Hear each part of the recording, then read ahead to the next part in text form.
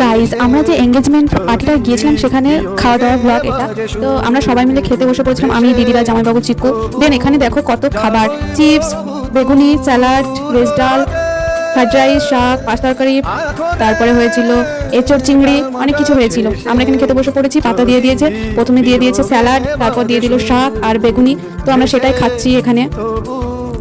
রোদ্রে বসে বেশ ভালো লাগছিল ছাদের উপর দুপুরবেলায় খেতে লাঞ্চটা। তারপর এখানে দিয়ে দিয়েছে ফ্রাইড রাইস, তারপরে পনির দিয়ে দিয়েছিল, তো আমরা সেটাই খাচ্ছি।